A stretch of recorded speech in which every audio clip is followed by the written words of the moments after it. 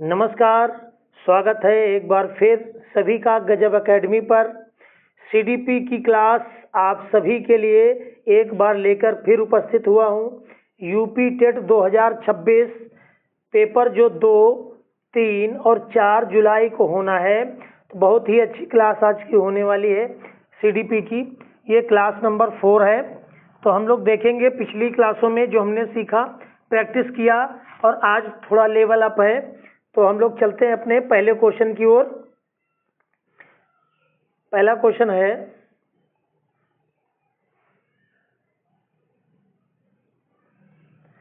Thorndike सिद्धांत निम्न में से कौन सी श्रेणी में आता है? ये थॉर्नडाइक सिद्धांत जो है ये निम्न में से कौन सी श्रेणी में आता है? तो आपको पता होगा, इतनी क्लासें कर चुके हैं।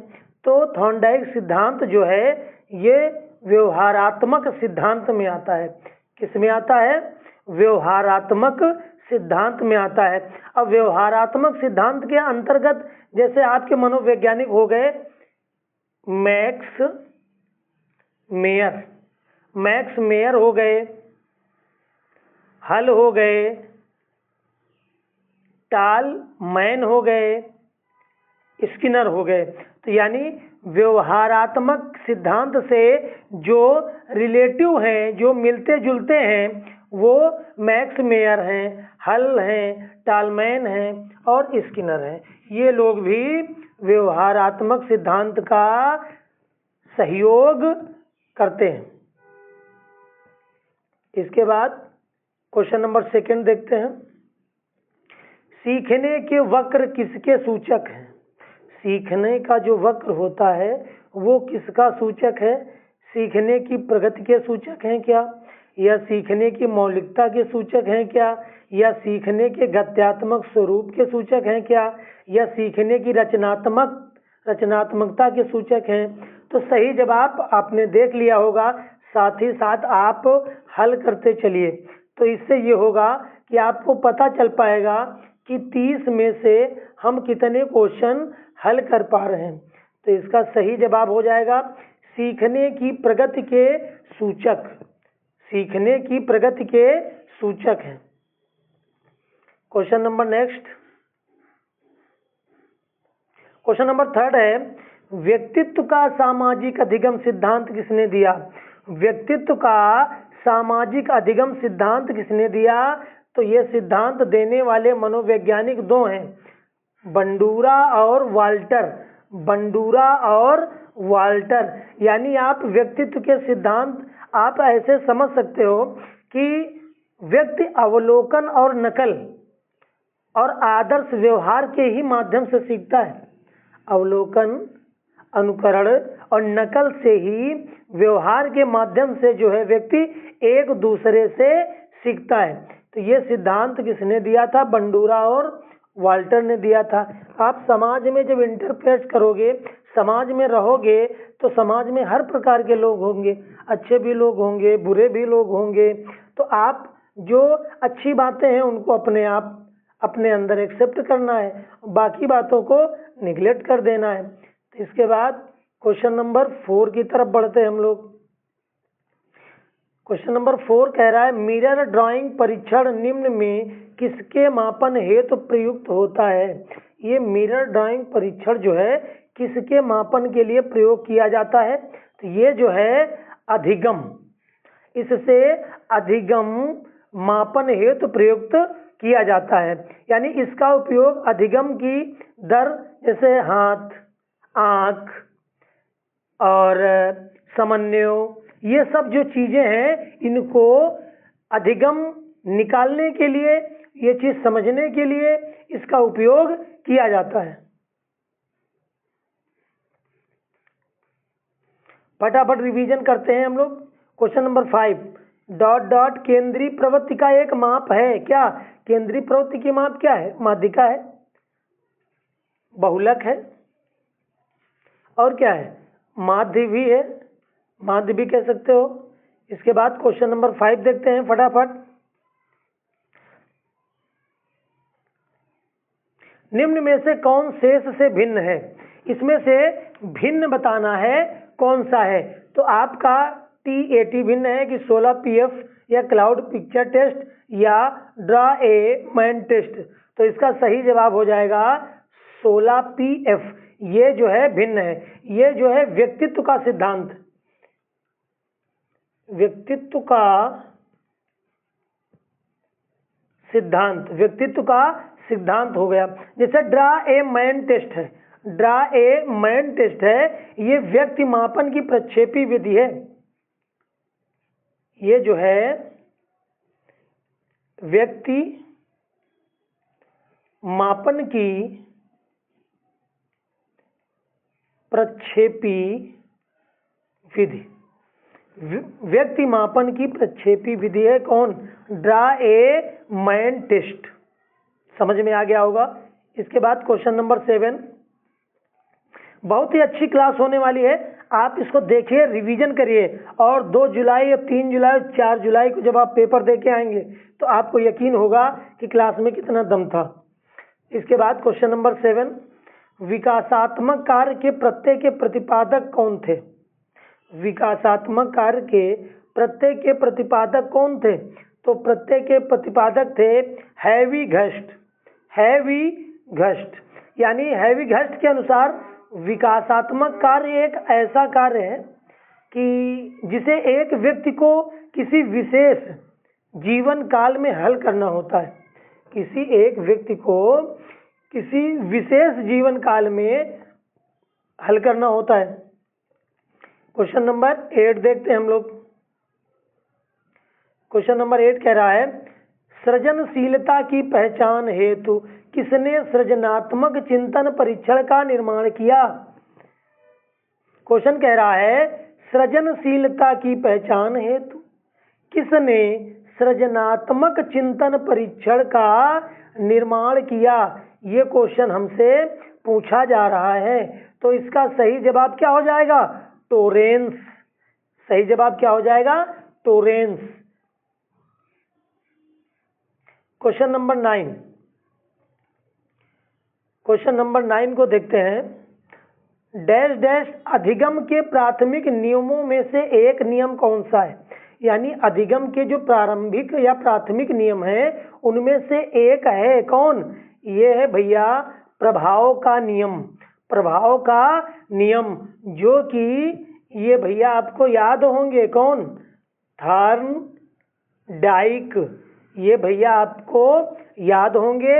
इन्होंने अधिगम के जो नियम दिए थे वो कितने नियम दिए थे? मुख्य नियम 3 नियम बता दें। एक है तत्परता का नियम, और दूसरा है अभ्यास का नियम, और तीसरा है भैया प्रभाव का नियम। यानी अधिगम के प्राथमिक नियमों में से एक नियम कौन सा है? प्रभाव का नियम, जो कि ये लिखा है। दूसरा नियम कौन सा है? अभ्यास का नियम। तीसरा नियम कौन सा है? तत्परता का नियम। और ये किसके हैं? थॉर्नडाइक भैया के हैं। तो क्वेश्चन 9 हमारे कंप्लीट हो गए। और अभी तक आपने चैनल को सब्सक्राइब नहीं किया है और ना ही आपने लाइक किया है, तो आप कर सकते हैं, कर दीजिए, बहुत अच्छी बात है। क्वेश्चन नंबर 10 देखते हैं हम लोग। निम्न में किसमें अन्वेषण के ऊर्ध्व उपागम का उपयोग किया जाता है? ऊर्ध्व उपागम का उपयोग किया जाता है तो वो भैया केस अध्ययन के अंतर्गत आता है। किसके अंतर्गत आता है? केस अध्ययन के अंतर्गत आता है। इसके बाद हम लोग पहले इसको थोड़ा जूम करेंगे। जमीन कम है अपने पास, तो जब जमीन कम होती है तो उतने ही, कहते हैं जब चादर कम होती है, जितनी चादर होती पैर उतने पसारने चाहिए, तो उतने ही पैर पसार लिए जाएं पहले, क्योंकि चादर अभी भैया छोटी है। तो पैर अगर हम ज़्यादा फैलाएंगे तो बाहर निकल जाएंगे, तो पैरों का बाहर निकलना ये उचित नहीं होता है। अपनी हद में रहना बहुत ही उचित होता है। क्वेश्चन नंबर 11 की ओर हम लोग बढ़ते हैं। क्या कह रहा है? जब व्यक्ति का एक परिस्थिति का अधिगम दूसरी परिस्थिति में उसके सीखने तथा निष्पादन को प्रभावित करता है तो उसे क्या कहते हैं? उसे कहते हैं अधिगम अंतरण। क्या कहते हैं उसे? उसे कहते हैं अधिगम अंतरण। ऑप्शन नंबर सी हमारा राइट हो जाएगा। बढ़ते हैं क्वेश्चन नंबर 12 की ओर। क्या है 12? क्वेश्चन नंबर 12 है जी वालस के अनुसार सृजनात्मक चिंतन का प्रथम चरण कौन सा है? बहुत अच्छा क्वेश्चन है। क्वेश्चन तो सभी अच्छे हैं, वो बात अलग है कि इसको हमने कह दिया है बहुत अच्छा क्वेश्चन है।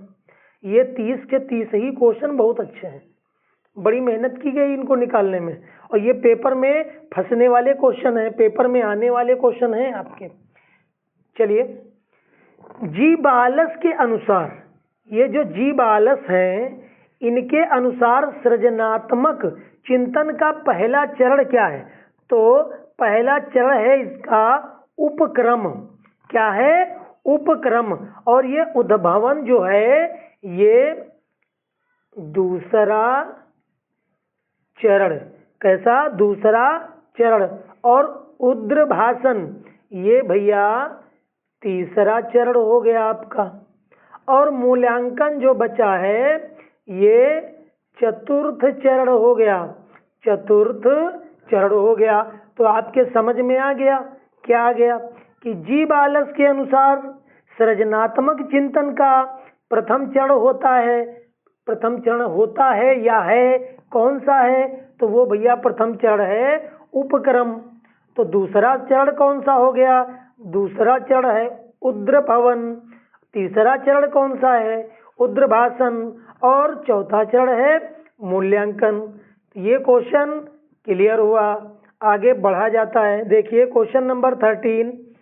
क्या क्वेश्चन है? डैश डैश ने प्रत्यय व मूल के सिद्धांत का प्रतिपादन किया। यानी हमें उस वैज्ञानिक का, मनोवैज्ञानिक का नाम बताना है जिसने प्रयत्न व भूल के सिद्धांत का प्रतिपादन किया था। ये प्रयत्न है, शायद कुछ दूसरा पढ़ दिया था। प्रयत्न व भूल के सिद्धांत का प्रतिपादन किसने किया? तो इसका सही जवाब हो जाएगा 13 नंबर का थॉर्नडाइक। ऑप्शन नंबर सी बिल्कुल राइट हो जाएगा। क्वेश्चन नंबर 15 थोड़ा जूम करने के लिए बोल रहा है। क्वेश्चन कह रहा है कि जो है चादर आपकी छोटी है तो पैर कम पसारिए। चलिए ठीक है। क्वेश्चन नंबर 14 व्यक्ति के अंतर्गत उन मनोशारीरिक गुणों का गतिशील संगठन है जो पर्यावरण में उसके अपूर्व समायोजन को निर्धारित करता है। तो उक्त परिभाषा देने वाले मनोवैज्ञानिक कौन हैं? तो मनोवैज्ञानिक हैं G.W. आलपोर्ट। कौन है? ये हैं आपके G.W. आलपोर्ट। ये मनोवैज्ञानिक हैं। क्वेश्चन भैया जो है आपको लगभग इतने बड़े और लंबे मिलेंगे क्योंकि टाइम टेकिंग होगा। और ये जो क्वेश्चन है इनको पढ़ने में भी थोड़ा समय लगेगा।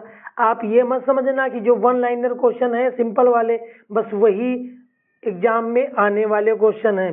ऐसे क्वेश्चनों की भरमार है और आप अभी देख लीजिएगा 2, 3, 4 जुलाई को। क्वेश्चन नंबर 14 कंप्लीट हुआ।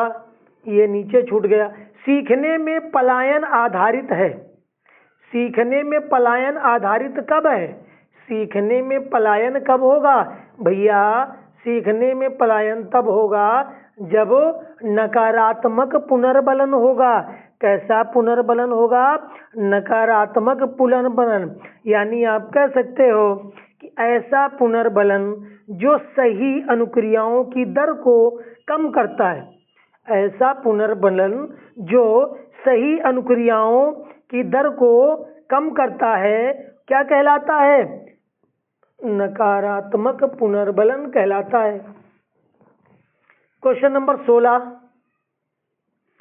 क्यों भाग रहे हो भैया, अभी पेपर में आना है तुमको।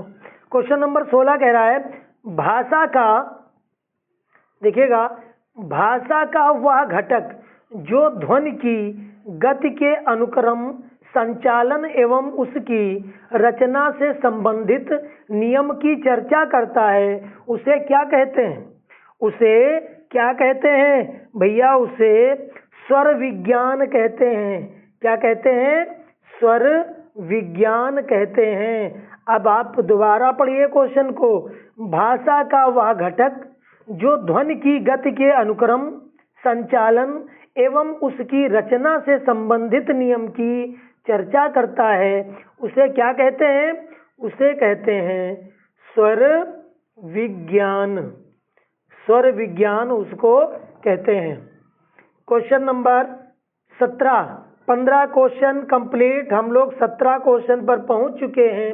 अभी भी बहुत सारे हमारे भाई और बहन हैं जो उन्होंने सब्सक्राइब नहीं किया है और लाइक तो कर ही नहीं रहे हैं। तो अगर आप चैनल पर पहली बार आए हैं तो आपको सब्सक्राइब कर लेना चाहिए, क्योंकि सब्सक्राइब करेंगे तो बेल आइकन भी प्रेस करेंगे तो इससे होगा क्या? उससे होगा ये कि जैसे ही कोई नया वीडियो हम अपलोड करेंगे सबसे पहले भैया आपके पास पहुंचेगा। क्वेश्चन नंबर 17, उड्डवर्थ के अनुसार स्मृति का आयाम नहीं है। उड्डवर्थ के अनुसार स्मृति का आधार नहीं है। क्या आधार नहीं है? तर्क करना। आधार क्या नहीं है? तर्क करना। यानी 4 तात्विक क्रियाओं का समावेश होता है। 4 तार्किक क्रियाओं का समावेश होता है। जैसे आपका अधिगम हो गया, धारण हो गया, प्रत्याहान हो गया, प्रत्याहान हो गया, प्रत्यभिज्ञा ये हो गया, प्रत्यभिज्ञा ये हो गया। यानी 4 तात्विक क्रियाओं का समावेश होता है। एक ही क्लास में एक क्वेश्चन से 4-4, 5-5 क्वेश्चन आपको सीखने को मिल रहे हैं, तो इससे अच्छी बात कोई हो ही नहीं सकती। TAT डैश द्वारा प्रतिपादित बनाया गया था। क्या? इसका सही जवाब हो जाएगा TAT। यहाँ पर वैज्ञानिक मनोवैज्ञानिक होंगे डैश में, यानी क्या आएगा यहाँ पे? द्वारा प्रतिपादित किया गया था। कौन है? ये है मरे। इनका नाम है मरे, यानी आप कह सकते हो मरे और मार्गन। मरे और मार्गन ये जो है TAT भैया, ये TAT जो है ये कथानक बोध परीक्षण। TAT इससे जो है कथानक बोध परीक्षण किया जाता है और इसका प्रतिपादन करने वाले मरे और मॉर्गन, मरे और मॉर्गन भैया हैं। क्वेश्चन नंबर नेक्स्ट 19 नंबर देखते हैं हम लोग। लक्ष्य निर्देशित व्यवहार में बाधा आना कहलाता है। क्या कहलाता है? संवेग की अभिप्रेरण, कुंठा या आक्रामकता। सही जवाब हो जाएगा भैया, आपको पता है, ये क्वेश्चन कर चुके हो। कुंठा यानी मन का उदास होना।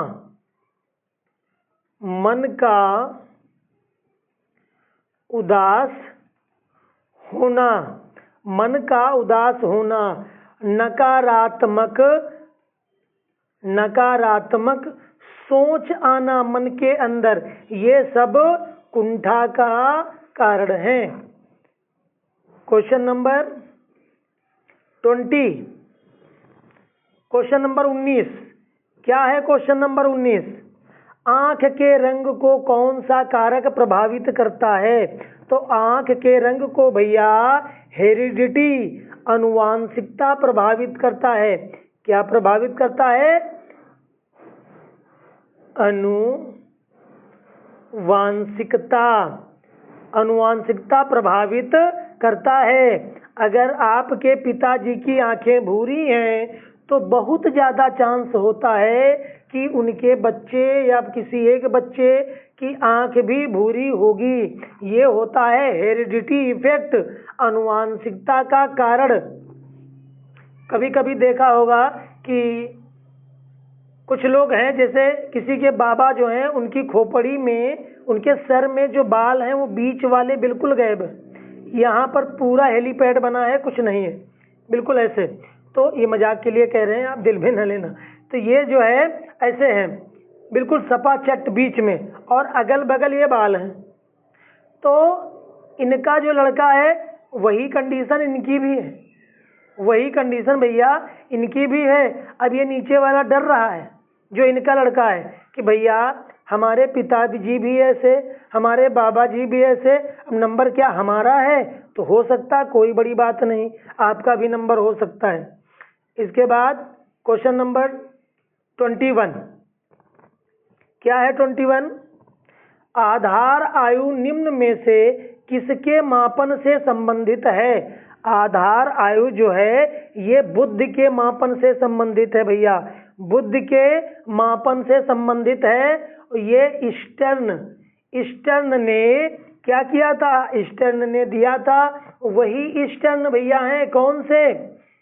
मानसिक आयु बटे वास्तविक आयु इंटू 100, जिन्होंने बुद्धि लब्धि का सूत्र दिया था, IQ का फार्मूला जिन्होंने दिया था, वही ईस्टर्न भैया है।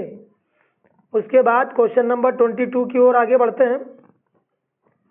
शिक्षक द्वारा कक्षा में डांट पड़ने पर छात्र यदि घर आकर अपनी छोटी बहन पर गुस्सा इजहार करता है तो यह किस कारण करता है?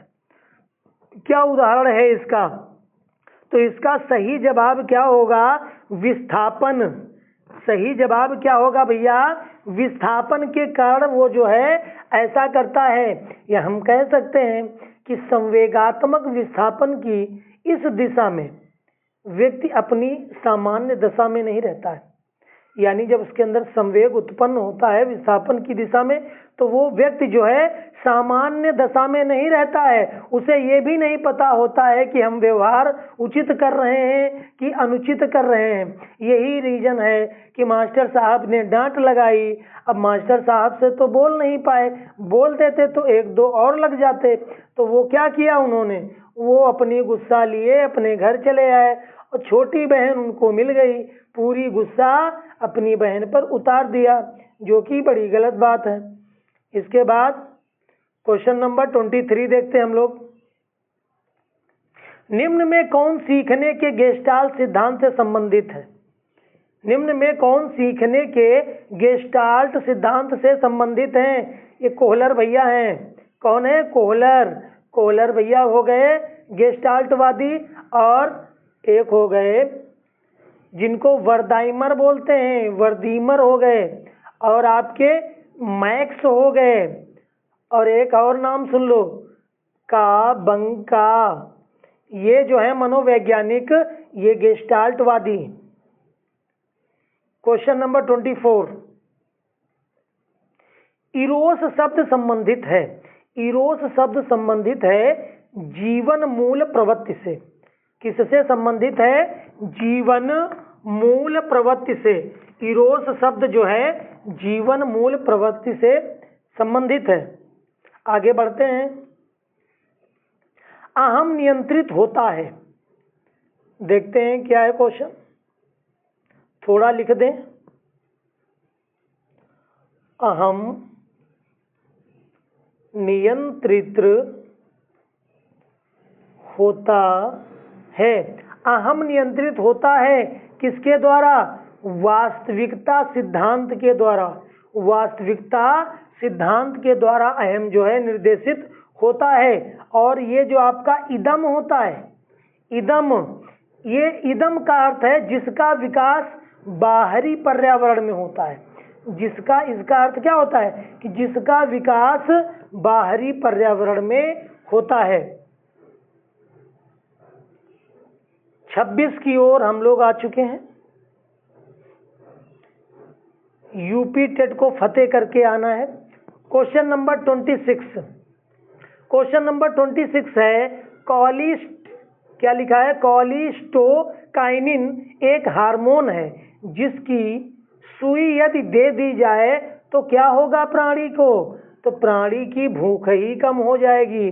ये कोलिस्टोकाइनिन एक हार्मोन होता है जो इसकी सुई एक दे दी जाए, सुई का मतलब सुई ही नहीं, उसमें भर के दे दी जाए, लगा दी जाए, आप समझ रहे हो कि सुई दे दी जाए, निडल, तो सुई वो क्या करेगा, उससे भूख थोड़ी कम होगी, तो उसमें जो है दवा भर के अगर लगा दी जाए तो क्या होगा, भूख की कमी हो जाएगी। लगा भी ना लेना, एक तो वैसे भी भूख बहुत कम लगती है आजकल लोगों को, क्योंकि व्यायाम एक्सरसाइज हो नहीं पाती है। इसके बाद क्वेश्चन नंबर 27, बुद्धि परीक्षण में एक 16 वर्षीय बच्चा 75 अंक प्राप्त करता है तो उसकी मानसिक आयु क्या होगी। बुद्धि लब्धि का सूत्र लगाओ, कौन सा, ईस्टर्न भैया वाला, क्या सूत्र था, बुद्धि लब्धि बराबर यानी IQ बराबर मानसिक आयु बटे में वास्तविक आयु और इंटू 100। अब उसने अंक प्राप्त कितने किया, यानी ये रिजल्ट है उसका, 75 अंक प्राप्त किया, तो आप यहाँ पर 75 रख दोगे। मानसिक आयु हमसे पूछा है, मानसिक आयु हमसे पूछा गया है, वास्तविक आयु हमको 16 दिया गया है। वास्तविक आयु कितनी है, 16, क्योंकि बच्चा ही 16 वर्ष का है भैया, और इंटू में 100। अब प्रेम से इसको काट लो, 4 चक्कू 16 होता है और 25 चक्कू 100 होता है, समझ में आ गया। अब 25 से इनको निपटा दो, 25 तियां 75 हो गया, और 4 का गुणा भैया 3 में 4 तियां 12 हो जाएगा। तो ये आपका मानसिक आयु जो है, मानसिक आयु कितनी हो जाएगी, 12 वर्ष हो जाएगी। तो हमारा ऑप्शन ए वाला बिल्कुल सही हो जाएगा, समझ में आ गया होगा। इसके बाद क्वेश्चन नंबर 28 क्या है, केंद्रीय तंत्रिका तंत्र में होते हैं, केंद्रीय तंत्रिका तंत्र में क्या होते हैं, मस्तिष्क तथा मेरुदंड, मस्तिष्क तथा मेरुदंड। क्या होता है मेरुदंड, यानी मेरुदंड जो है पीठ की हड्डियों का समूह होता है। मेरुदंड क्या होता है, पीठ की हड्डियों का, जो पीठ में पीछे एक ढांचा बना है एक्सरा टाइप का, वही मेरुदंड जो है पीठ की हड्डियों का एक समूह है जो कि मस्तिष्क के पिछले भाग से निकलती है, मस्तिष्क के पिछले भाग से निकलती है। तो इसका सही जवाब ये हो गया। क्वेश्चन नंबर 29, मनोग्रस्ति बाध्यता विकृति एक है, क्या, मनोग्रस्ति बाध्यता विकृति क्या है, ये चिंता विकृति है। कौन सी विकृति है भैया, ये है चिंता विकृति। उसके बाद हम लोग पहुंच चुके हैं सामूहिक अवचेतन का संप्रत्यय किसने दिया, सामूहिक अवचेतन देखते हैं। सामूहिक अवचेतन, सामूहिक अवचेतन का संप्रत्यय किसने दिया, तो ये जो है आपके युंग भैया हैं। कौन है, युंग। इन्होंने सामूहिक अवचेतन का संप्रत्यय दिया, यानी अचेतन मन को इन्होंने 2 भागों में बांटा है। क्या किया है? अचेतन मन। अचेतन मन को जो है किसने? युंग भैया ने कितने भागों में बांटा है? 2 भागों में बांटा है। कौन कौन? एक तो है इनका व्यक्तित अचेतन,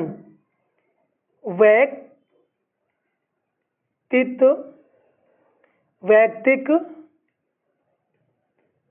अचेतन, आ बना है भैया ये अचेतन। और दूसरा है सामूहिक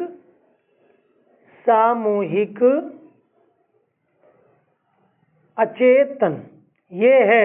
तो यानी सामूहिक अचेतन संप्रत्यय ये दिया गया है युंग के द्वारा, और वैयक्तिक अचेतन भी युंग के द्वारा ही दिया गया है।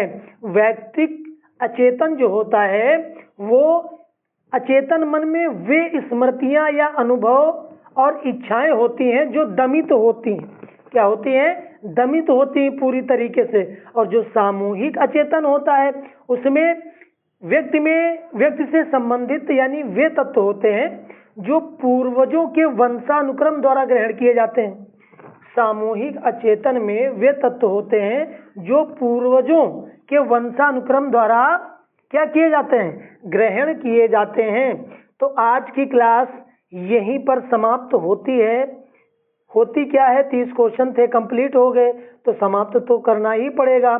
तो अभी तक आपने अगर लाइक नहीं किया है तो आप लाइक करिए, और क्लास कैसी लगी आप इसको कमेंट में जरूर बताइएगा, ज़्यादा से ज़्यादा शेयर करिएगा।